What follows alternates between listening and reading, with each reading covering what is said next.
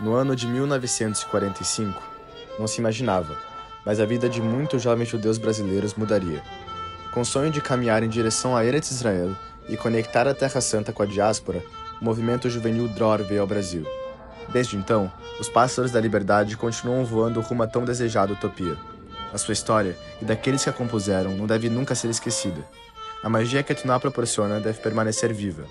A todos os Haverim, judeus, simpatizantes e meros telespectadores, lhes apresento Abonim Dror Brasil, a história. Conhecer o Dror mudou minha vida, assim, de repente. O Dror é toda uma experiência de vida, é toda uma vida que te impregna de ideais. Ele significa uma parte de minha formação, né? Olha, eu fiz escola técnica porque o Dror mandou. Eu fui para Israel porque o Dror mandou. Fiquei 2 anos no kibbutz. Olha, o Dror e minha vida é uma coisa só. Porque você não sai fora disso.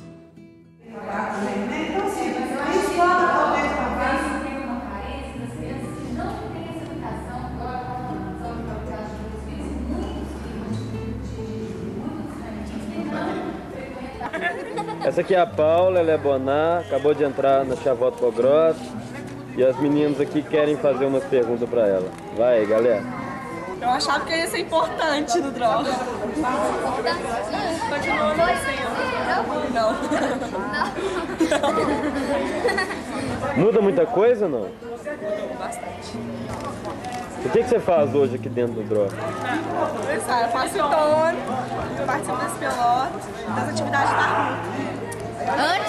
Antes a gente tinha atividades, a gente ficava aqui, antes a gente recebia coisas, agora a gente tá mais fazendo, a gente só recebe violar e agora a gente tá trabalhando mais, dando valor mais às coisas.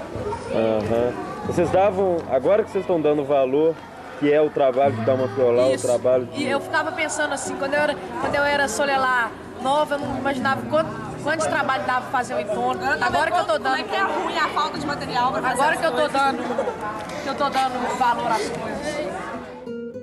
No ano de 2024, comemoramos 79 anos da história do Dror no Brasil. Mesmo assim, grande parte dela permanece desconhecida. São 79 anos de memórias inesquecíveis, mas muitas histórias não contadas. Ou melhor, que ainda não foram contadas. Sou Clarice Werner, acabo de fazer 88 anos. Eu comecei com 15 ou 16 anos a começar a frequentar o Dror.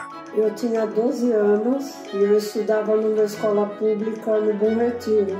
Eu entrei no Dror em início, logo que ele foi fundado. Bom, eu entrei na Tanoá, eu acho que praticamente com a criação do Estado de Israel. Eu sou o Xaxá, né? Meu nome é Jaime Arones. Sou o João Cortes Miragaia. Meu nome é Sara Schumann, Sara Chaya Schumann. Eu sou Isaac Karabichevski, acabo de completar no dia 27 de dezembro os meus 90 anos e é com imenso prazer que eu aceitei essa entrevista para falar um pouco sobre o meu passado. Um passado riquíssimo, emoldurado pela minha participação dentro de um movimento político, que foi o Dror. Eu sou Luiz Cupas, vim de Porto Alegre. Eu nasci na Polônia, na cidade de Krasnik. Eu me chamo Noa Lafernaie, eu tenho 27 anos. Bom, eu sou Bernardo Kuczynski, hoje com 87 anos.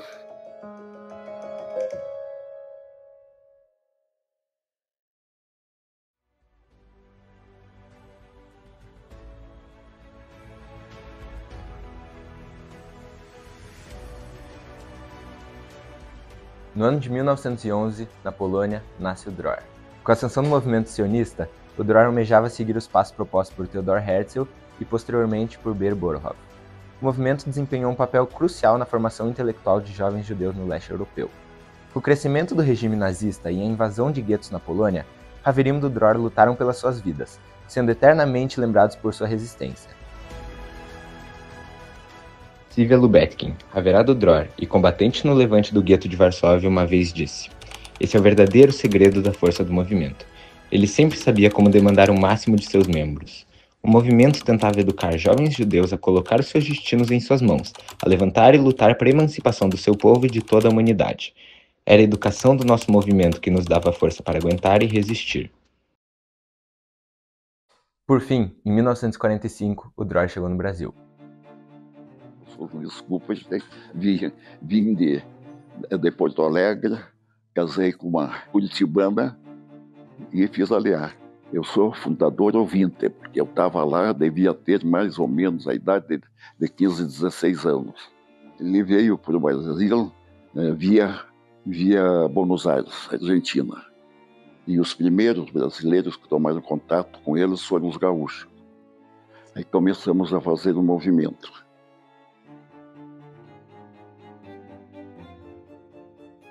Passando um tempo, não me lembro, eu acho que é 45, teve um congresso que convidamos os paulistas e os cariocas. Dali ficou fundado o Dror brasileiro. Fomos para a Argentina. Veio gente daqui do Paraná e nós do Rio Grande do Sul, de Porto Alegre. E fomos para a Argentina para ver o Kibbutz de Galhez. E ficamos lá mais ou menos um mês, quase. Com o tempo, nós alugamos uma casa na Rua João Teles e ali começou a sede do Dror. Naquela época, ao menos em Porto Alegre, não tinha movimentos juvenis. O Dror foi o primeiro movimento que, em muitos anos, ficou só o Dror. Então, normalmente, vou dizer, a linha do Dror e recebia todas as crianças judias de Porto Alegre. Porque tinha judeus e a gente precisava de alguma coisa, reunir a juventude. E nós achávamos, além disso, dar uma visão sobre Israel. O ponto era ver se a gente conseguia que as pessoas viessem, quando tivessem idade, fazer aliar.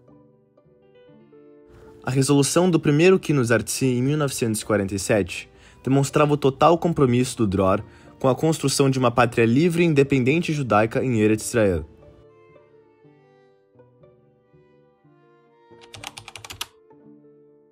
O que hoje nós conhecemos simplesmente por Abonim Dror, um dia foi mais complexo do que isso. Com a forte migração judaica ao Brasil, foram trazidos inúmeros movimentos de cunhos diferentes, à luz do Ihud Anor HaChalutzi, Dror, Echalut Hatzair, Abonim, Gordônia e Maccabi Hatzair. Todos que futuramente se fundiram e restou apenas Ihud Abonim e Dror HaKibbutz HaMiuchad. O Abonim veio da Inglaterra para o Brasil em 1958. Ele e o Dror permaneceram sendo movimentos distintos até 1981, ano no qual as redes Ihud Kibbutzim do Abonim e a Kibbutz HaMiuchad do Dror fundiram-se para formar o movimento Kibbutz unificado. Da mesma forma, os movimentos juvenis também se fundiram, formando o que hoje nós conhecemos por Abonim Dror. Aí foi quando também, em 81, quando mudou o nome, né, da Tnuá e passou a ser Abonim Dror, que foi quando a gente pegou o Snif São Paulo e Rio do Dror, né, que tinha. Uhum. Só tinha nesses dois estados o Dror. Sim. E aí a gente mais ou menos incorporou o Dror, né, também. Eu entrei, na época não era Dror, era Ihud, né? Ihud Abonim. O Dror era um movimento à parte, depois é que houve a fusão do Dror com Ihud Abonim, ficou Dror Abonim e depois cortou-se praticamente Abonim Dror, né? Essa ideia permanece até hoje em vários estados do Brasil. Afinal, não demorou muito para o Dror sair de Porto Alegre e se expandir para o resto do país. Quando viemos para Curitiba, o Dror já estava mais consolidado, já existia, né, um grupo de Porto Alegre, que começou em Porto Alegre. E existia também um grupo de Curitiba. Nós de Curitiba fomos de trem para Porto Alegre. Em São Paulo, que foi o SNIF, na minha época, o SNIF mais importante da Tnuá, na minha opinião, Ele surgiu, eu acho que no fim de 47, depois que houve a decisão da partilha da ONU, e com toda a comoção que se deu no Yeshuv em volta da criação do Estado de Israel, naquela época que se soube o que aconteceu no Holocausto e tudo isso. Então, isso tudo foi uma coisa que criou uma grande onda de entusiasmo nos jovens. E foi assim que eu cheguei no Dror também. Fundamos o Dror no Rio de Janeiro. Tinha muita influência digamos, da Argentina, mas mais de Porto Alegre, porque o Dror no começo no Brasil foi em Porto Alegre. E o Dror tomou conta de toda a nossa vida. Nós estávamos completamente dedicados, formando grupos e foi a época talvez mais bonita da nossa vida.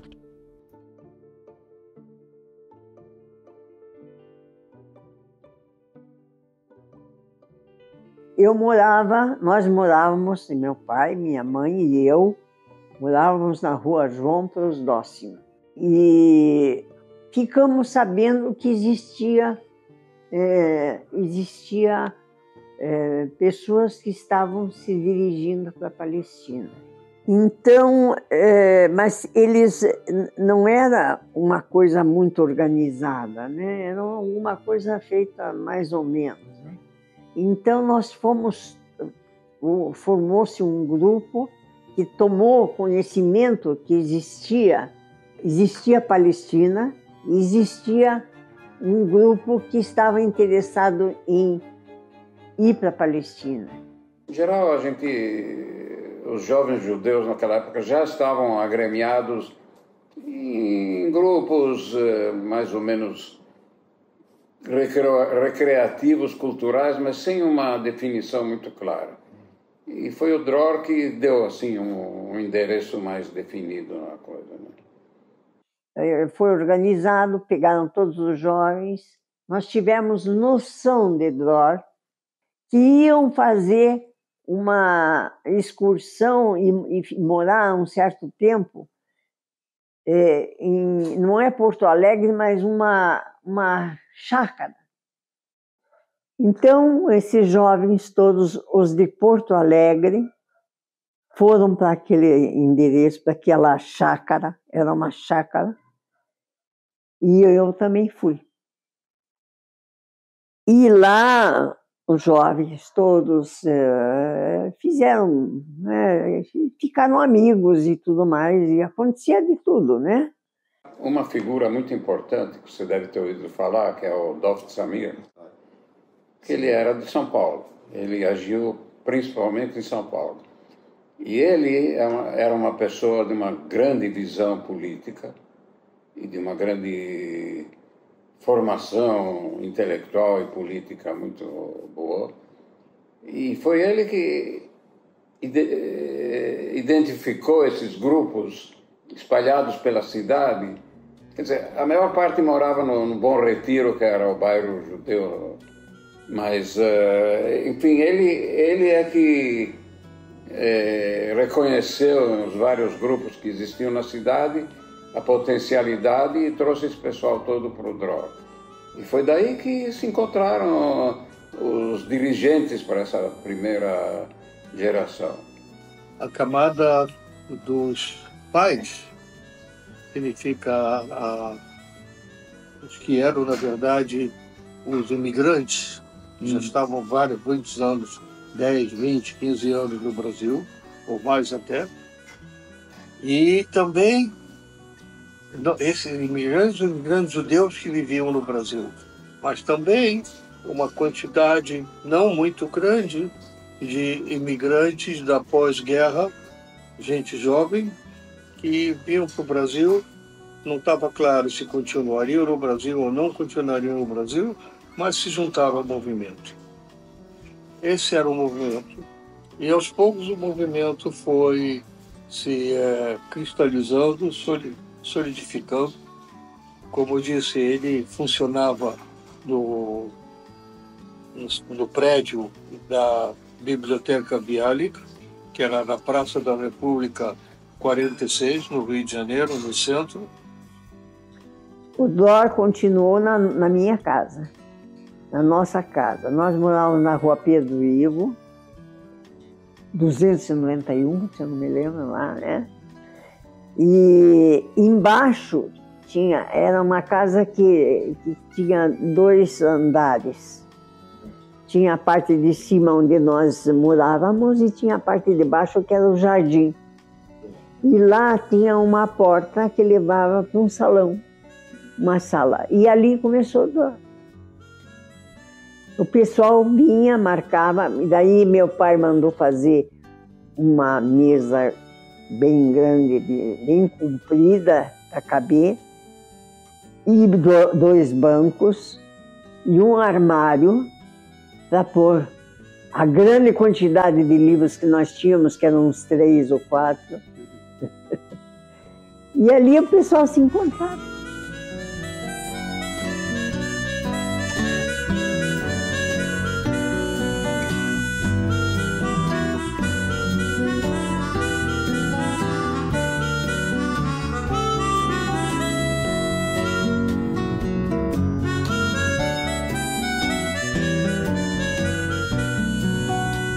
Então aqui são meninos de 10 anos de idade. 10, o máximo talvez tenha 12. E as mocinhas também. Então nós temos assim, a primeira Kvutzá de Belo Horizonte, do Dror Rabonim, deve ter sido fundada pelos anos de 51, 52, 1951, 52. A situação do Dror em Belo Horizonte nos anos 50 foi de grande instabilidade, o que, pelo indicado em documentos, resultou no seu fim.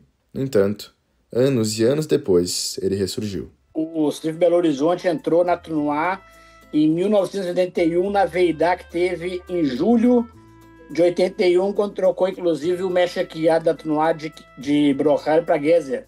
E aí o CNIF Belo Horizonte foi a primeira marrané central que eles participaram, e nessa Veidá eles foram aceitos na Trunoá como um novo CNIF, né? Até 1966, nós tínhamos aqui em Recife dois movimentos, o Hashomeret Tzair e o Yehuda Bonim. O Hashomeret Tzair, ele realmente, digamos, foi fechado em 66. No final de 66 também o Yehuda Bonim estava numa situação também bem precária, quando em 67 eu fui para Israel para fazer o Mahon Lemadrechei Hutz Laaretz. Quando eu voltei em 68, então não existia nenhum nem outro movimento, nem Hashomeret Tzair, nem Yehuda Bonim. Então juntamos vários Haverim, entre eles a Rosiane, o Izinho, o Mário, o Jônio, etc., Evânia, e começamos a trabalhar para reerguer, para reestruturar, para restaurar o Yehuda Bonim. Então teve esse recomeço em 68. Isso foi feito em 15 de novembro de 68, numa grande messibá, no centro israelita, que na época era na Rua da Glória. Quando a gente volta depois de uma experiência de um ano em Israel, juntamente com outras pessoas de outros lugares, não somente aqui do Brasil, mas de outros países, a gente volta com bastante força. E naquela época, 67, foi um ano muito forte para o judaísmo por causa da Guerra dos 6 Dias. Na Guerra dos 6 Dias, a chamada também Guerra da Vitória, então nós tínhamos realmente força moral, política, até religiosa também, para fazer o que a gente queria. Então essa força, essa força de vontade, essa força realmente espiritual que a gente tinha, a gente colocou em prática e conseguimos realmente fazer essa restauração do movimento aqui em Recife. E quem trouxe, na verdade, o Ehud para Salvador foi Henrique Steinberg. Ele foi morar na Bahia e a gente tinha sempre muito contato. Henrique era o fotógrafo, o grande fotógrafo das Mahanot e tudo, assim como Curico. E Henrique foi morar na Bahia e a gente resolveu convidar um pessoal da Bahia para vir para uma Marrané Central. E várias outras pessoas da comunidade da Bahia vieram para a Marrané daqui, da gente, e aqui foi fundado o SNF Bahia. Então, nós somos pais, padrinhos, patronos, como você quiser chamar, do SNF Bahia, são nossos filhotes. O meu nome é Henrique Steinberg, eu sou aqui de Recife, tenho 72 anos, nasci em 52. Aí, não, veja, para mim, movimento juvenil começa quando eu era muito pequenininho, por causa de minha tia, que emigrou para Israel em 56, era do Ashomera, só tinha Ashomera de sair aqui. Então, minha vida de movimento juvenil começou, e depois eu não lembro direito quando é que isso aqui virou Ihuda. Então, veja, a dinâmica do SNF Salvador continua já tudo ligado nas marranotas. Ia-se muito. Teve uma marrané em Macaparana aqui. Foi a primeira marrané. A primeira vez que em 72. Tudo começou, digamos assim, socialmente. Eu fui para lá, cheguei numa comunidade nova. Tinha 16, 17 anos. Aí você começa a frequentar, tinha um centro israelita, começa a conversar com as pessoas. E é uma questão mais de liderança, questão de experiência. Eu vinha de uma comunidade maior, Recife era 5 vezes maior do que... E como é que começa? Começa com relacionamento social. Isso é o X. Imagino que tem uma comunidade em Petrolina, tem 20 famílias. Como é que começa? Alguém foi daqui para lá, junta a turma a partir de 13 anos até de 13 a 16, 17, e esses relacionamentos sociais aqui, claro, Israel sempre, a perspectiva de Israel por trás de tudo, e basicamente, então, como é que começa? Tudo, a palavra-chave para começar são relacionamentos sociais. Isso aí, porque não teve uma intenção, eu não fui um cara como um xilier, que eu fui para algum lugar, olha, você vai se mudar, e você vai se dedicar. Não foi assim, foi absolutamente natural. Porque aqui em Salvador já tinha havido no passado outras agremiações juvenis, na época de meus pais, inclusive, e mais recentemente que eu quero dizer, na minha adolescência, o Ihuda ele se estabeleceu aqui um pouco antes, acredito que talvez uns 2 anos antes, aproximadamente. Tiveram idas e vindas, acho que como em qualquer lugar, não é? E realmente foi muito bom.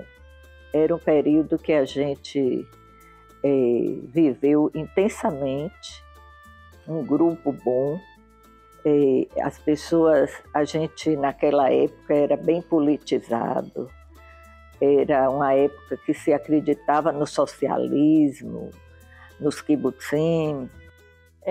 O SNF Campinas foi fundado em 1996 por um membro do movimento Hashomer Hatzair, que chamava Mauro Mendel, que viu o potencial das pequenas comunidades judaicas do interior de São Paulo, então cidades como Campinas, Jaguariúna, Americana, todas tinham poucos judeus, mas juntos formavam um bom movimento.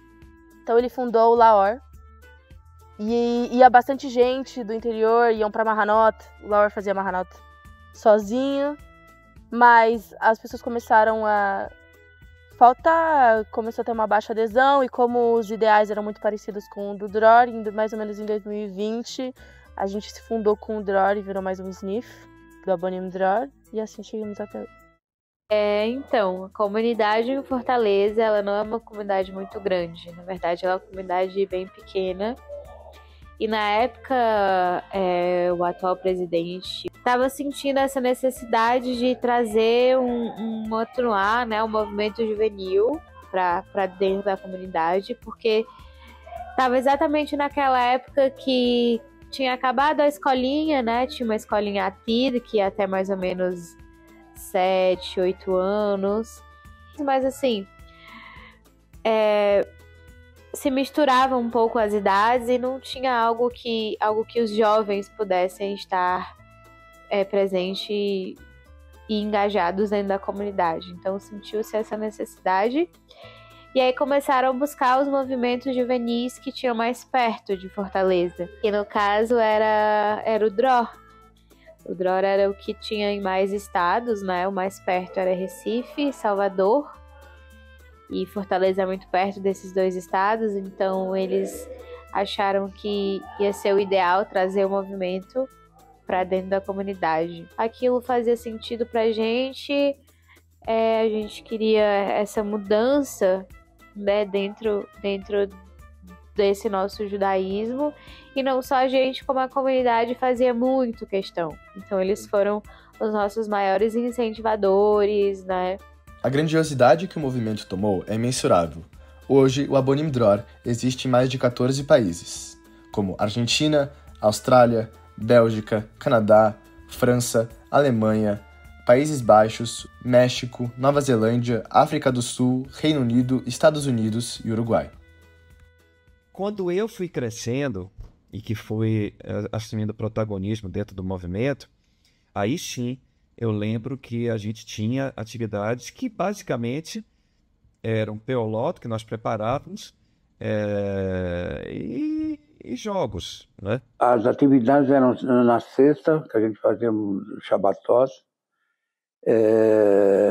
sábado e domingo. Eram os dias que o pessoal vinha. E a gente, durante a semana, ia fazer proselitismo. A gente ia, os madrechim, os que eram dirigentes, iam para lá, para Penha, para o Tatuapé, iam para os bairros, onde tinham concentrações judaicas, para conseguir haverim. Que a gente se reunia, a gente se encontrava, mas era principalmente nos fins de semana, que todo mundo praticamente estava livre. E na verdade, no começo, tinha uma certa, não diria uma coisa contrária, mas uma certa reação dos pais que tinham um certo medo, digamos que vamos influenciá-los para querer ir logo para Israel. É isso, então as atividades da gente era isso, a gente saía para os bairros, a gente preparava os jornalzinhos, a gente tinha os nossos itonim, as nossas exposições, a gente tirava fotografias, o pessoal escrevia, a gente estimulava o pessoal para fazer artigos, aquelas coisas todas para cursar. Cada cursar era concorrente de uma outra. Tinha cursar Degânia, cursar Simchot, a cursar, enfim. Tinha muito esse vínculo intelectual, né? Tipo assim, como que vocês estimulavam isso? No sentido de vocês estimulavam muito a leitura, a escrita? Ah, sim. A gente tinha uma lista, inclusive, era coisa que vinha de Israel, entendeu? Tinha obras que eram traduzidas e eles, então, vinha do movimento uma série de livros para a gente ler. Então, eram livros que falavam das lideranças judaicas, das lideranças escritores, e coisas, e estimulava a gente a ler. Eu não gosto muito de usar maquiagem, uma coisa que ficou Você sabe, naquela época, hoje não sei, deve ter mudado, mas eram muito severos com isso, não podia... Maquiagem era coisa de burguês.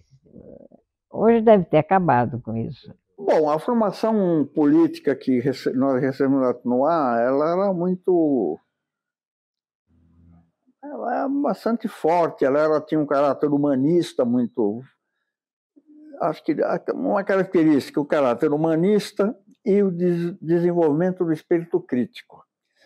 Isso distingue um pouco o DROR de alguns outros movimentos, tanto sionistas como não sionistas, quase todos muito dogmáticos, sectários. Sem dúvida nenhuma, tinha suas ligações ideológicas com o Partido Mapai, que é o Partido Social-Democrata, e que era praticamente que dirigiu o país, que era em influência.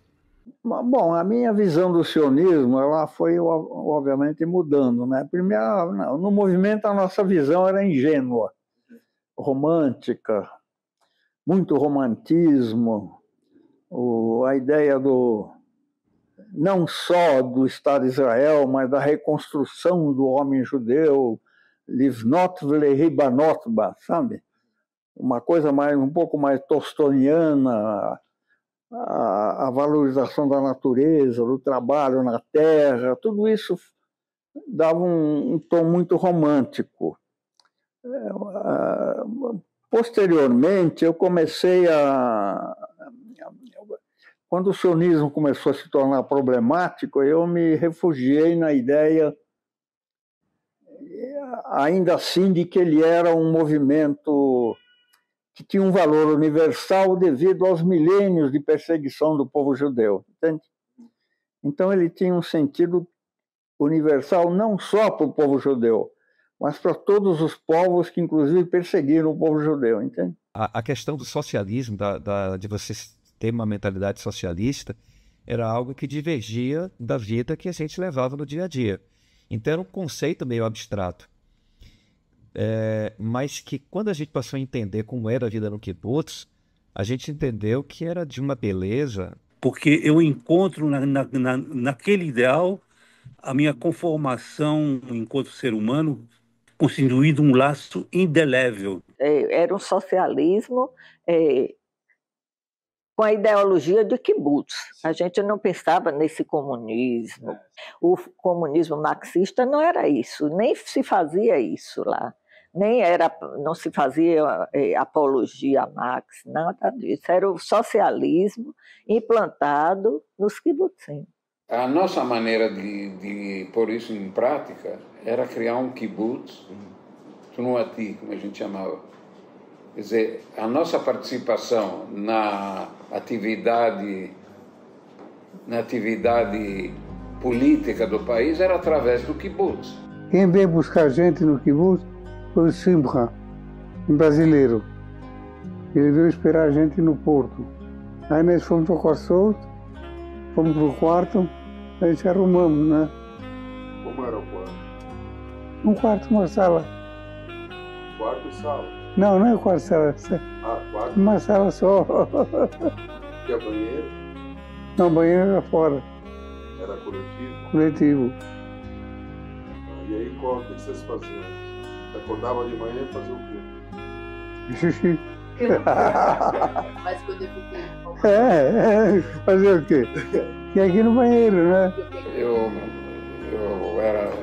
me dei extremamente bem com o kibbutz. Eu achava que era uma criação extraordinária, o kibbutz. E é uma coisa única que o povo judeu produziu. Entre as várias criações do povo judeu, o kibbutz é uma delas. E eu me dei muito bem com o sistema coletivo, com a condução coletiva de toda a vida da comunidade, etc. 1980 foi não foi no atual kibbutz da Tnuá, Hatzerim, foi no kibbutz anterior, que era Brochai. Brochai fica ali bem próximo de Ashkelon, está muito próximo até da faixa de Gaza, inclusive, né? Ali mais no sul. Havia interesse da agência judaica de dirigir os brasileiros para um kibbutz, que era um kibbutz deficitário, que estava para acabar. Era um kibbutz chamado Brochai, que eram dados por egípcios, que tinham vindo do Egito, e que estavam abandonando o kibbutz ia acabar. Então começaram a levar os brasileiros para lá. Então nossos garinhos começaram a ir para Brochai, e o Brochai acabou sendo o kibbutz brasileiro. Eu, por exemplo, nunca achei nada de errado. Sempre me dei muito bem com o fato de que eu não trabalhava por um salário. O meu salário ia para o kibbutz. Eu não via o meu salário. Sempre achei uma coisa extraordinária que não existe dinheiro. Não existia dinheiro no kibbutz, entende? E eu achava muito certo e muito justo a igualdade total entre todo mundo, não importa o que você fizesse. Qualquer trabalho que você fizesse tinha o mesmo valor. E toda a vida coletiva, a educação coletiva, que é Uma coisa que eu acho extraordinária também. Mas como é que era teu dia? Acordava, se lavava, sempre tinha pia perto do quarto, do lado do quarto, se lavava, no banheiro tinha que ir até o banheiro, voltava, ia para o Kederaucher, tomar o café da manhã e aí ia trabalhar. O que era o café da manhã? O que era? Eu me lembro como, acho que é pão, manteiga e café, café com leite, não sei. Manteiga não me lembro. E aí você ia para onde? Ia para onde? O Sadé, do campo. Fazer o que no campo? Trabalhar. Como você se sente sendo madrinha? O que você acha? O que eu acho? Ser madrinha é legal. Mas você tem que fingir que você é educado, entendeu? Você tem que fazer tudo de acordo com as normas do bloco. Você tá entendendo? Não pode falar de boca cheia. Não aprendi os carinhos. Não é não, Paulinha? Aprendi isso na hora que eu aprendi isso no pré-rua. E agora, em edição especial, qual é o principal ingrediente do sanduíche Ravix? Que coisa mais nojenta. Filma de perto. Uma gororoba. E uma macaco.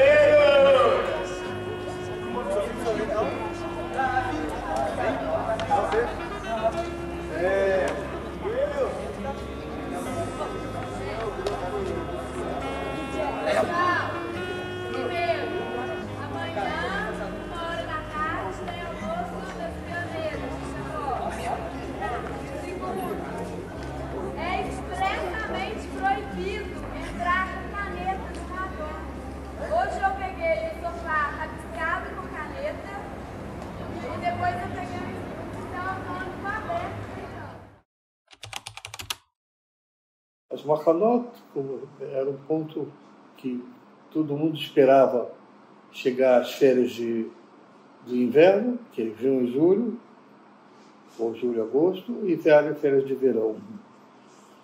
Eu me lembro que quando acabava o último dia de aula no Colégio Hebreu Brasileiro, no Ginásio Hebreu Brasileiro, eu de bonde ia até o centro para comprar a bota de combate. Que logo ia ter a Machané. As Machanot do Rio eram, na época que eu estava lá, numa fazenda pequena de um imigrante, acho que era polonês. No início, a primeira Machané, que foi fim de 47, início de 48, foi nacional, significa Rio-São Paulo. Mas na primeira Machané, o lugar, o prédio, era um curral, que limparam ele, lavaram ele todo e construíram lá os 2 andares. Como Hannah e Rai, eu fui para Mahané em Recife, fui para Mahané aqui em Salvador, na Bahia, né, que a gente fazia mais em cidadezinhas. E depois, como Madrihá também, fui para Mahané, levando, né, vários Hanirim. E é tão diferente de hoje. A gente ia para Mahané num sítio que um componente da coletividade emprestava, num lugar que não tinha muros, nem muralhas, e a gente dava as peolotas, subia as montanhas, no meio do mato, uma coisa que é incompatível com a atualidade, né? Essas questões de segurança pública. E quando a gente ia, assim, o sítio, eu não me lembro que não tinha nada alto, era um portãozinho, e a gente levava crianças pequenas. Mahanot, a primeira coisa que quando a Thaís começou a ir em Mahané, percebi que não tinha mifkado todo dia. Acho que não tem mifkado todo dia, né? Só no primeiro e no último. Não, a gente ia de manhã e de noite. E contagem de pessoas. E se hasteava a bandeira todo dia, se cantava hino, inclusive Shira Palmar também, né? Então, assim, a Mahané era um mini kibbutz. Não é isso? Eu até hoje lembro de pelo menos uma parte da música que foi o hino da Mahané. Muita gente, realmente tinha uma quantidade muito grande de pessoas. E eu tenho muitas lembranças. A primeira Shmirá da minha geração fui eu que fiz, junto com uma amiga. E se eu não estiver errado, começou às 10 horas da noite. Eu nem sei se hoje uma Shmirá começa às 10 da noite, porque se tem atividade que vai além disso, né? Na verdade, foi uma Mahané, eu não me lembro exatamente que ano foi, mas acho que foi em 89. 69, por aí. E foi aqui perto de Imbu. E foi num convento, tinha um convento perto, um seminário de padres e tal. E eles, não é que eles eram detratores, mas eles se cagavam de medo também, né? Porque eles também eram perseguidos e toda aquela história. E a gente, durante a semana lá, muitas atividades que a gente tinha, era a Gadlá Kapap. Você sabe o que é Kapap? É uma luta com madeira. Aprender Krav Maga. A gente aprendia Krav Maga. A gente fazia essas coisas. E esses, não sei se os padres, mas possivelmente os empregados do convento, viram isso, estranharam a gente. Quem olhasse de fora achava que estava tendo um treinamento militar. Sabe, 2 caras se matando com... Não, e a guerra escáltica, né? E fora a guerra escáltica, que a gente gritava, fazia barulho e tal. E aí eles denunciaram, até a hora que chegou um dia à noite, chegaram, não me lembro se eram 2 ou 3 ônibus do DOPS, da polícia. E aí o pessoal pensou que era guerra escáltica, começou a gritar, ataca. Não, a gente subiu em árvore, né? Atacava a polícia militar, porra, era a polícia de choque, porra. Aí em cana, aí foi todo mundo em cana. Depois se explicou tudo. Depois se explicou, só mas passamos uma noite. Conseguiram se esconder em árvore, né? Assim, o INC, tinha uns caras que conseguiram subir nas árvores e ficaram lá. Mas no geral a gente foi todo mundo no ônibus do DOPS, pro DOPS aqui em São Paulo. E foi uma noite. Uma coisa assim. Entre outras encrencas assim. Porque na época tinha um Rani, que na época era Madrid, que ele se introduziu no Ihud e começou a andar com todo mundo, a fazer parte. E um dia se descobriu que ele usava os mimeógrafos nossos, né, para fazer publicações comunistas e que ele vinha representando sigilosamente alguém do Partido Comunista. E eu só lembro de nós, do Ihud, pegando os livros todos para esconder na Síbia, com medo, e as mães botando, né, maior medo, porque o DOPS vai aparecer aqui e vai pegar vocês e vai levar todo mundo, e a gente ainda era menor, né? Eu tinha dificuldade na minha casa, principalmente por causa do meu pai. Então meu pai é um cara que teve que desaparecer por um período. Mas isso era na minha casa. Agora no a gente sentia, porque era muito visado, porque era um lugar que jovens fazendo reuniões. E era toda sexta-feira impreterível, todo sábado. Domingo a gente ia jogar bola, na segunda começar a fazer a reunião da semana anterior e fazia o jornalzinho e era mimeógrafo isso alimentava a imaginação do que eles fazem lá. Lá dentro. Que é o kibbutz, socialismo, né? Então essas coisas. Por exemplo, quando eu voltei do Mahon, eu trouxe material do Mahon. E tinha um livrinho, um manual, que era a classe operária... Como é que era? Classe operária, alguma coisa assim. E eu peguei 20 e embrulhei em jornal israelense, não sei o que, e voltei para o Brasil. Quando eu cheguei aqui, eu era masquir, veio uma carta do correio para ir buscar lá no centro da cidade. Aí quando eu cheguei lá, estava lá o pacote fechado, só que não tinha 20, tinha 19. A relação do movimento com a ditadura militar se tornou um tema amplamente discutido no período. Os Haverim estavam incertos se a discussão deveria ser de fato sobre a política interna brasileira ou se eles deveriam apenas focar em Israel. No entanto, de qualquer forma, inúmeros protestos foram demonstrados durante esse período. O Dorf, quando teve o ato terrorista em Munique, que mataram os atletas, nas Olimpíadas, a gente fechou a rua José Paulino e o Dorf foi linha de frente, fazendo manifestação, em plena época de regime militar. Isso daí. O sentimento nosso era de uma agressão pessoal, não era agressão contra os judeus e papapá. Não, eles agrediram a gente. Entendeu? A gente tem que tomar alguma posição, era alguma coisa muito marcante. E independente de religião, de qualquer coisa. Até de divisão, por exemplo, o meu primo, que era do Beni Akiva, que era um cara de 2 metros de altura, ele estava com a gente, que ele era mais alto, ele que fechava a porta das lojas. E a gente fechou, e olha que a gente estava a menos de 2 quadras do DOPS, da polícia política, polícia... E não teve nenhuma intervenção assim? Teve intervenções indiretas, conversas, e nós precisamos nos manifestar, tá bom, vocês se manifestam mais 15 minutos. Entendeu? Essas negociações mais políticas. Era 22 de abril de 1974.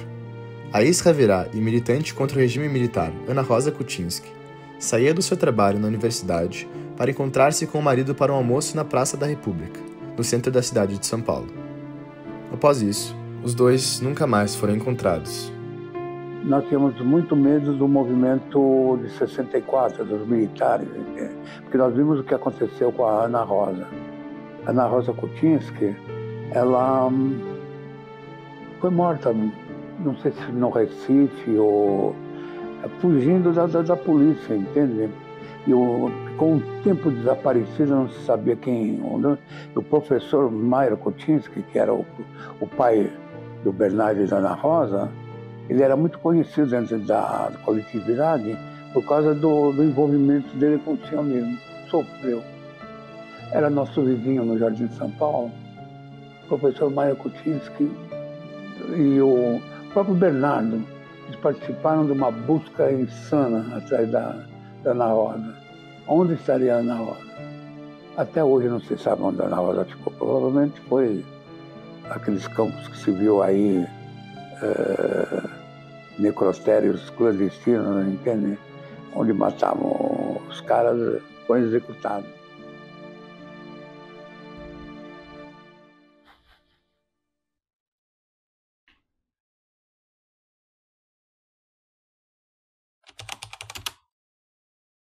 O discurso da gente era fazer o SNAT. Primeiro o SNAT. Já tinha SNAT nessa época? Já tinha. Eu tenho muitas experiências para falar sobre o SNAT, porque eu fui Ranir do SNAT em 2004, eu fui Madrir do SNAT em 2012, eu fui diretor do SNAT em 2020 e 2021, e fui professor do Mahon e Rosh Havorá do Mahon vários anos. Então, assim, eu fui muito envolvido com o SNAT de várias maneiras, né? Foi uma experiência muito, muito legal, muito boa. Primeiro de tudo, assim, do ponto de vista pessoal, você sair da casa dos seus pais e viver em outro país, tipo, é um amadurecimento muito importante, né? Mas do ponto de vista, assim, no ATI, tipo, nada vai dar para vocês o que o SNAT dá. Tipo, tinha o Rosh Havorá do Mahon, Rosh Havorá, os coordenadores educacionais. que foi o meu Orochi favorito naquele momento, que ele falava que o Marrom é a Harvard do sionismo. Tipo, aqui é o lugar onde as pessoas estudam para serem líderes sionistas. Em Harvard é a melhor faculdade do mundo, aqui é o melhor lugar do mundo para você se transformar num profissional do sionismo. Tipo, não tem outro lugar. Né? E é verdade. É muito verdade isso. Assim, é de uma riqueza que proporciona que você debata projetos futuros e que você troque ideias sobre o que, enfim, sobre a situação de cada Tnuá, ou sobre cada SNIF também, porque, enfim, imagina que na Mahané Central vocês têm 7 dias com os amigos de vocês, no final vocês têm um ano inteiro, então você vai conhecer os outros SNIFim sem pisar lá pelos olhos dos amigos de vocês, vão entender a problemática, vão entender os dilemas, vão entender que nem tudo funciona da mesma maneira como funciona no SNIF de vocês. Foi um divisor de águas na minha vida, né? Antes e depois do Shnat. Eu só não tive a oportunidade de aprender hebraico, porque eu tinha aprendido hebraico na escola israelita, mas a escola israelita era só o primário. Então depois eu deixei de falar.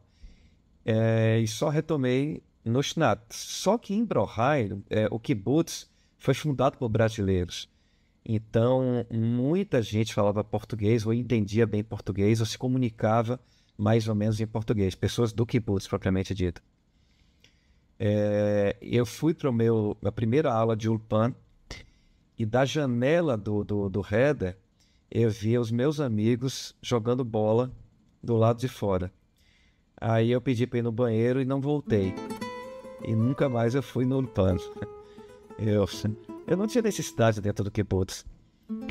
Mas eu viajei com um violão, eu tocava violão bem. Eu cheguei a tocar nas ruas de Tel Aviv e Jerusalém. Meu Heder tinham 3 amigos. 2 do Rio de Janeiro, que são amicíssimos meus, e um daqui de Salvador, quer dizer, ele não é de Salvador, mas na época morava em Salvador, que é muito famoso hoje, é o filósofo Luiz Felipe Pondé.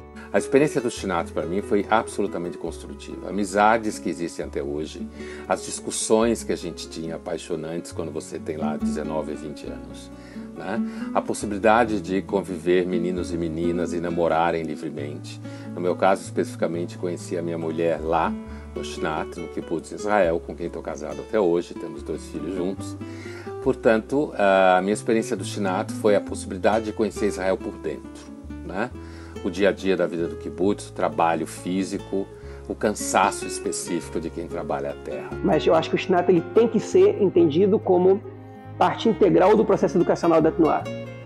Como sempre foi, pelo menos desde que eu me entendo por Haver da Tnuá, eu acho que deveria continuar assim. Algumas pessoas do meu grupo, que eram um pouco mais velhas, que era Jaime, tinha Moisés e tinha Danilo. Danilo já faleceu, Jaime e Moisés moram em Israel. Eles foram, fizeram e voltaram, né? Idealistas, e os 3 moraram em Israel, fizeram aliá. Sim, eu fiz aliá, né? Isso já diz muito sobre a Tnuá na minha vida. E eu tenho certeza absoluta que foi o Dror que me trouxe toda a bagagem e os debates que me fizeram tomar a decisão de fazer aliá. E as relações pessoais, obviamente. Eu não fiz aliá sozinho. Fiz aliá num garim, num contexto de um garim, com muita gente. Em 2 anos e meio, nós fomos, sei lá, 25 pessoas do Dror do Brasil que fizemos aliá. Vou contar pra você, mas não conta pra ninguém. Até contra os pedidos do meu pai, da minha mãe, porque naquela época viajar assim, uma pessoa jovem viajar para um país que não conhecido ou que está com problemas, era difícil. Então quando passei eu saí de São Paulo, de Santos. Quando passei pelo Rio de Janeiro, eu não desci. Eu e mais um colega que era de São Paulo, do Movimento de São Paulo, Pinchas Bisquier, era o nome dele. Nós não descemos. Por que não descemos? Porque quando o navio passava lá, os judeus vinham para saudar os Olim, os que vão fazer aliá. ficavam em frente ao navio, lá na barra, e saudavam. Então nós não podíamos descer, porque iam saber. E não tinha permissão. Naquela época, 21 anos era a maioridade. E eu não tinha 21 anos. E eu não podia fazer aliar. Então eu deixei cartas escritas que meus amigos mandaram para a família quando eu já estava na Europa, quando eu já estava na Itália. Mas meus pais me perdoaram depois. E que eu fiz aliar sem eles saberem. Então, agora, muita gente fez aliar ideologicamente. Sim. Para mim, pelo fato de eu nasci aos 5 anos começou a Segunda Guerra Mundial. Quer dizer, eu cresci na minha percepção dentro da Segunda Guerra Mundial. Quer dizer, tudo isso me influenciou, quer dizer, para mim, pessoalmente, estava claro que o futuro é Israel. Tinha aqui em Israel uma tia, irmã da minha mãe, que mandou a assinatura de um jornal para o Brasil. A gente recebia em casa, o Jornal de Israel. Ficava entusiasmado. Jornal em hebraico, papel de Israel. Sim. Papel. Sim. Então, isso foi também muito da minha motivação para vir para Israel. Tudo o que nós quisemos fazer, ou queremos fazer, ou continuamos fazendo, se justifica sobre a criação do Estado judeu. A primeira vez que eu fui a Israel, eu mudo às vezes um pouco, porque eu me lembro de uma coisa e de outra. Eu fui com meus pais, o Estado de Israel foi 48, eu fui em 54 com meus pais, eu tinha 16 anos. Foi uma emoção. Eu me lembro que eu fui ao kibbutz visitar meus amigos que já estavam lá, e nasceu uma árvore, e todos faziam uma festa, porque era deserto, né? Eu fui para Israel umas 2 vezes depois. Levei até amigos não judeus que ficaram encantados. Mas eles tinham, imagina, quando eu toquei com orquestra lá, então tinha uma casa de artista, que é um pouco a ideia que tinha na Rússia, como se tratavam os artistas. Cada quarto tinha um piano, era uma coisa impressionante com o artista. E a orquestra foi uma das 10 melhores do mundo, né? Foi assim, fantástico. Mas naquela época, em 1948, foi fundado o Estado de Israel. Foi uma afirmação categórica de que o povo judeu existia e tinha direito, por determinação da ONU, à criação de um Estado. E foi, então, motivado por esse movimento de 1948 que surgiram os movimentos de jovens em todo o mundo, e a maioria deles fez aliar, e praticamente todos ainda estão colocados lá, em vários kibbutzim. Se não fosse Deus, eu não sei. Tinha em casa, em Sentilva, mas não como tem no movimento, que tem os madrihim que apontam para lá, né? Que a finalidade do Zohar é em que chega numa idade, vai fazer aliar. Tanto que vocês podem ver que os meninos, vocês, chegam até uma idade. Então, com vontade de ir para Israel, se formam e conseguem um emprego, coisa relativamente bom, acha que eu vou mais tarde. E não vão. Não todos, mas vão alguns, mas é o mínimo. Na verdade, é isso mesmo. E que teve uma época, quando nós fomos fizemos aliar em São Paulo, fizeram uma campanha que todos tinham que fazer aliar, mesmo os que estavam na metade da faculdade. O Seminário da Lapa, né? O Seminário da Lapa. O Seminário da Lapa, é isso mesmo. Foram os dirigentes que participaram. Foi quando radicalizou. Romper com a vida burguesa, né? assumir uma profissão proletária e ir para Israel. Foi quando radicalizou o movimento. Foi um pouco extremo. Eles não respeitavam muito as identidades pessoais. Cada um tem o seu critério. Quer dizer, você não pode obrigar alguém a seguir um determinado parâmetro na vida, né? Aqueles que não se dão bem, que não se davam bem com o estudo tradicional, eles tinham plena liberdade, mas outros não. Outros precisavam desse incentivo. Então, eu acho que foi um movimento quase extremista. Em 1950, ocorreu o Seminário da Lapa, e foi um dos eventos mais importantes para o movimento. Nele foram decididos que todos os Haverim deveriam fazer Aliyá, e apenas 3 deles poderiam ficar para completar seus cursos superiores. Um deles foi Vittorio Corinaldi, que após se formar em arquitetura, se mudou para Israel e pôde aplicar seus conhecimentos adquiridos nas construções de novos kibbutzim.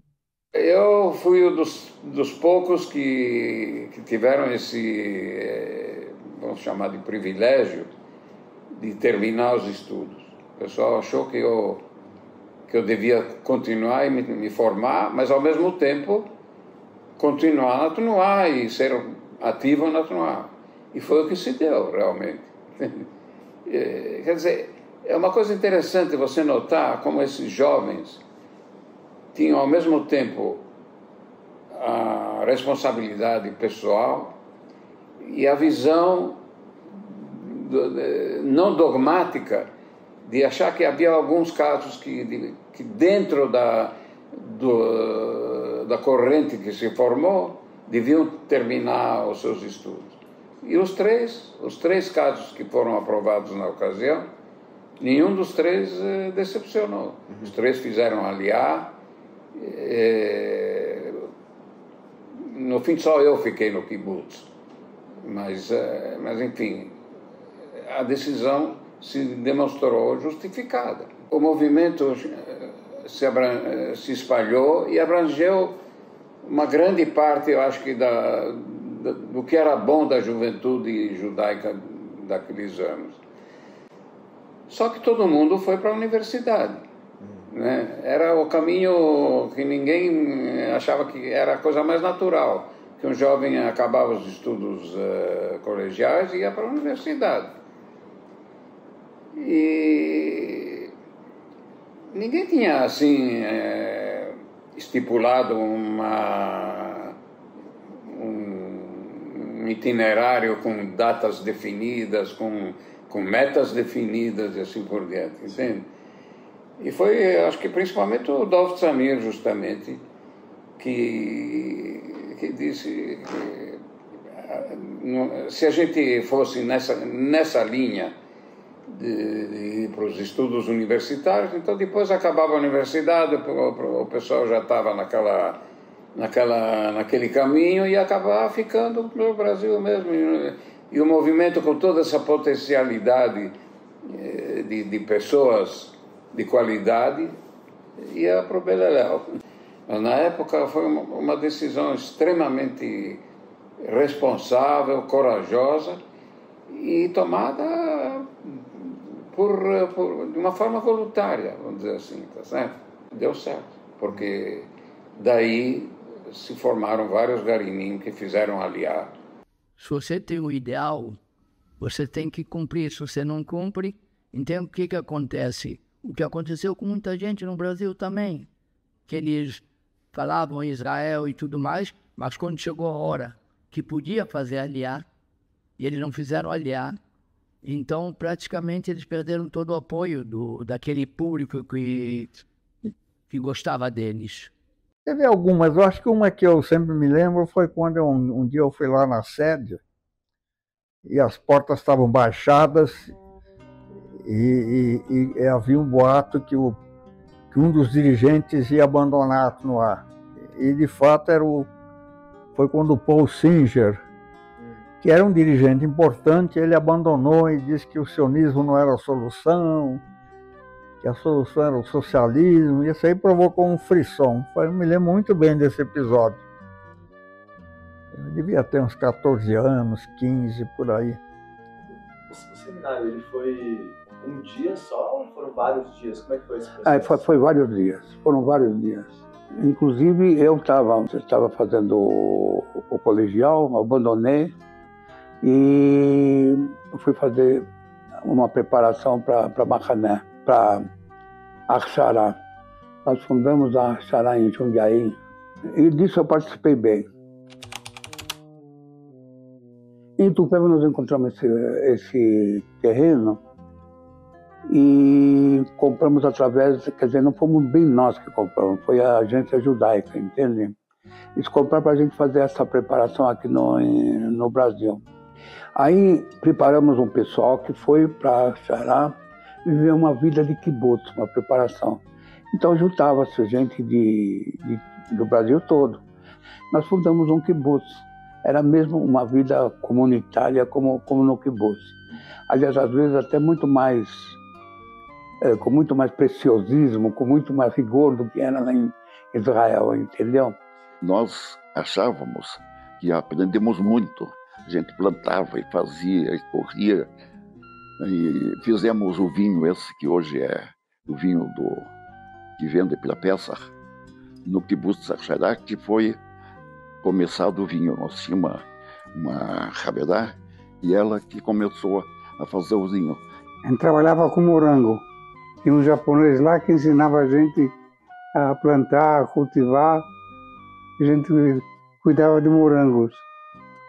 Colocava em caixinha, igual como tem hoje, né? Colocava em caixinha e vendia em Jundiaí. A vida de Akhará é que você trabalha, você tem também cultura, tinha aulas de hebraico, tinha cozinha, e isso eu me lembro que quando vinha o pessoal, a gente já estava na Akhará, o pessoal das Machanot, e viam que a gente vivia. Sabe, o que é Akhará? Você se preparar. Sim. Então você tem que viver lá. Então diziam, falecemos acomodados. Você acomodou. O que é se acomodou? Você vem viver. Uhum. Você não está tanto de macané, morando em barraca. Você está se preparando para viver uma vida, pelo jeito, não fácil, mas, pois é. Tinha vacas. Então eu tirava leite de vaca. Naquele tempo não tinha maquinário. Tinha que tirar na mão mesmo. Então tem que aprender a tirar a vaca na mão. Eu fiquei com a mão desse tamanho. Olha, por um lado eu posso dizer que era duro, mas por outro lado era uma satisfação enorme você estar fazendo isso. Lá aprendi a ser sapateiro, porque no movimento nós tínhamos toda a ideia da profissionalização. Digamos, eu trabalhava que tinha na época, não tinha trator, mas tinha burra eletrônica. Eu fazia as valas para plantar e depois as uvas. E quando não tinha isso, trabalhava no campo, em tomate, o que tivesse no momento. Eu me lembro que eu usava luvas para não interferir com o meu estudo de piano. Então poupava as minhas mãos, mas totalmente irrefletido isso. Eu fiz a Akhará munido daquele ideal que todos nós jovens tínhamos, né? De, através da terra, criarmos uma nova mentalidade. Dentro do movimento, eu era chamado homem elétrico, porque tudo que era eletricidade eu tratava lá. Quando tinha as festas de Bicurim, eu que instalava o sistema de alto-falantes. Tudo isso era a minha orientação técnica. Eu trabalhava também já na época como técnico de rádio, televisão, me desenvolvi muito nessa profissão e tudo. Você precisa ter você vai para Israel, você precisa ter uma profissão para fazer. Então eu escrevi no livro aí, eu acho que era 4 quilômetros com a mochila nas costas, com todo o material de sapateiro. E eu estava contente com isso, assim, por isso a minha preparação de aliar era uma preparação que eu venho para Israel por dar tudo que eu sei do meu campo técnico. Você casou na Akhará, como é que foi isso?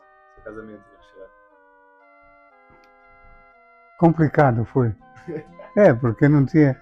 Ninguém nunca tinha casado na Austrália. Então, se resolveu fazer isso. Trouxeram de São Paulo o rabino, trouxeram uma cupá, que a cupá para ter aqueles 4 paus, trouxeram tudo de São Paulo.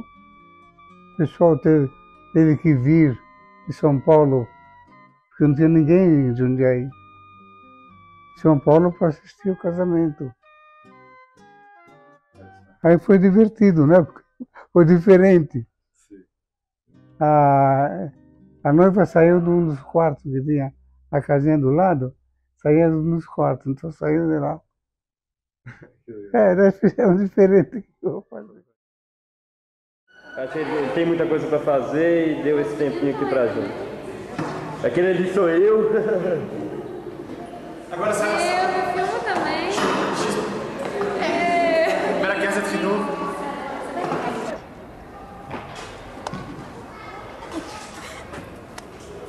Exército.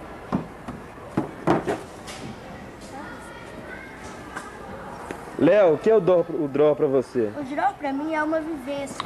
É a melhor coisa que podia ter vindo pra sábados, ter convivência com os amigos.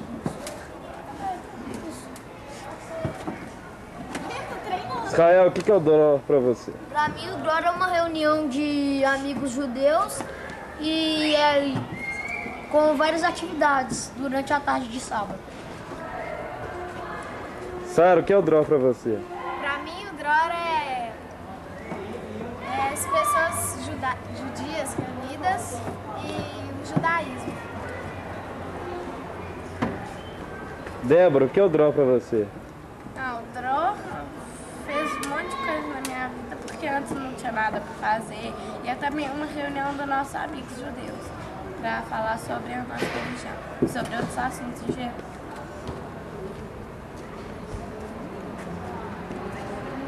Gisele, o que é o draw pra você? O draw é um grupo de pessoas que se reúnem para aprender mais sobre o judaísmo e para serem mais amigos também. Anne, o que é o draw pra você? Pra mim, o draw é a mesma coisa que eles falaram, mas também é muita alegria, conhecimento mais dos judeus. E só. O que eu dar pra você, Dani? Sentimento. Pra você? Realização. Você, Dala? Uma grande família. Pô, o draw é um lugar onde a gente pode passar tudo que foi passado pra gente, do judaísmo, de toda a nossa cultura. É um lugar onde a gente pode estar junto como jovens e achar nosso lugar na comunidade e no mundo. O draw pra mim, cara, o draw pra mim significa uma família, uma união, uma questão assim, tipo, vai muito além do movimento. Pra mim é uma conexão que eu tenho com a religião judaica. Pra mim o draw também é a minha maior conexão com o judaísmo. E também é uma segunda família, mais do que, por exemplo, até faculdade e tudo. Para mim, o draw representa tudo o que eu penso e tudo que eu confio na comunidade judaica mundial. E tudo que representa para mim, tá tudo dentro do draw. O draw para mim, cara, o draw para mim é a minha segunda casa. É um lugar onde eu encontrei a minha vida. E você? O draw para mim é o lugar onde eu estabeleci meus valores. É uma família, assim, tanto das pessoas quanto do que a gente acredita. Eu cresci muito a minha pessoa dentro do draw. Eu acho que eu não seria quem eu sou hoje se eu não fizesse parte disso. Se você pudesse escrever o draw em uma palavra ou em alguma emoção, qual que você acha que seria? Tem que pensar uma palavra só, é difícil.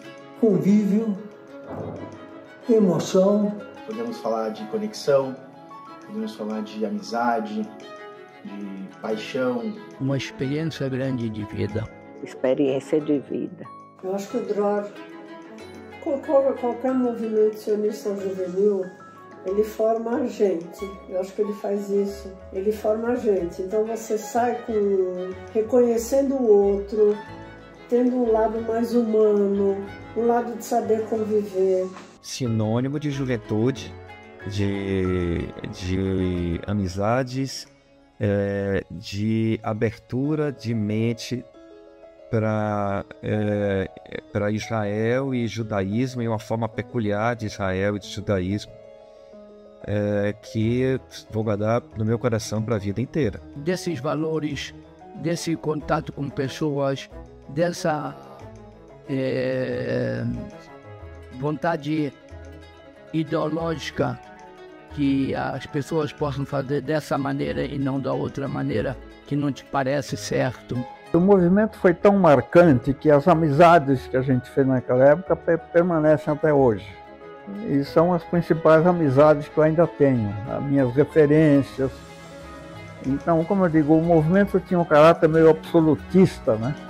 Foi muito realmente marcante. Eu acho que Dror abre horizonte. Dror, qualquer movimento sionista juvenil, ele abre horizonte.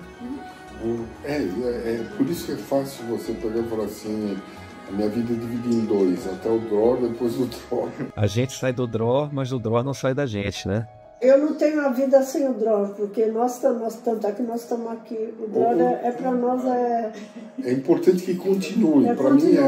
Para mim a ideia é essa. Se eu ajudo de alguma forma, ele ajuda para que essa ideia nunca morra. É da maior importância você cultivar esses sentimentos de fidelidade às suas convicções e moderação na vida, atingi-las com muito cuidado, sem se deixar levar pelo extremismo. Eu acho que tem que formar líderes capacitados para tentar manter, né, esses movimentos juvenis. Eu acho que as pessoas que vão entrar no Dror, elas... Quando criança você não conhece muito, você não sabe muito o que esperar, acho que tem que curtir. Quando criança você está lá pela bagunça, pelos amigos, aproveitar isso, acho que aproveitar o tempo com os teus amigos é nesse momento, né? Depois cada vez você vai tendo novos desafios e outras formas de viver, assim, com relacionamentos com as pessoas.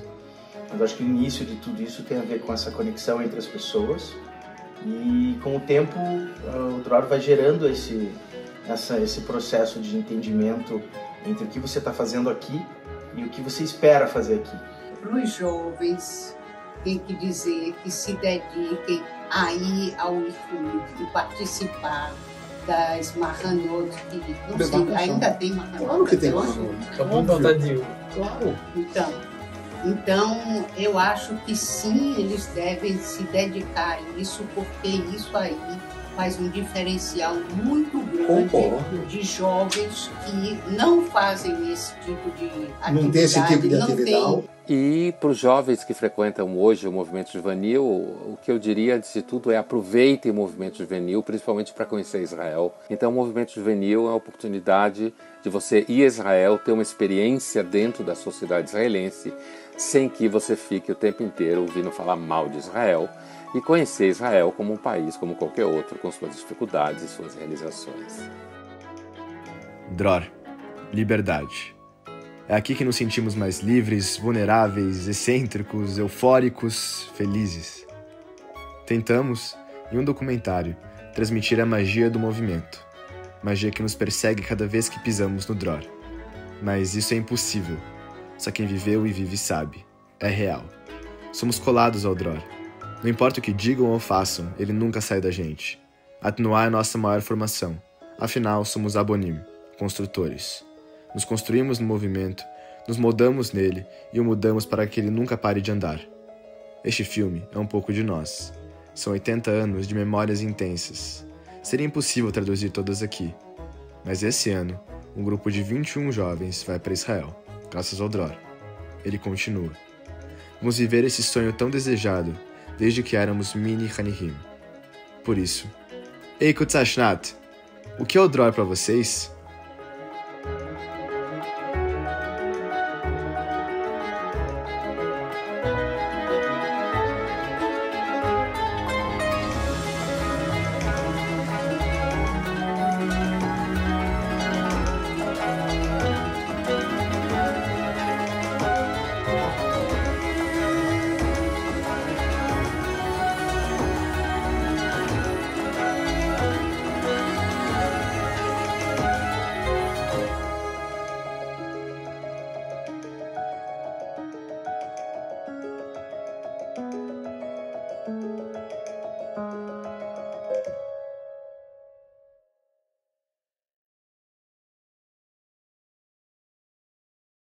Para aqueles que sentiram falta de algo, nós também sentimos.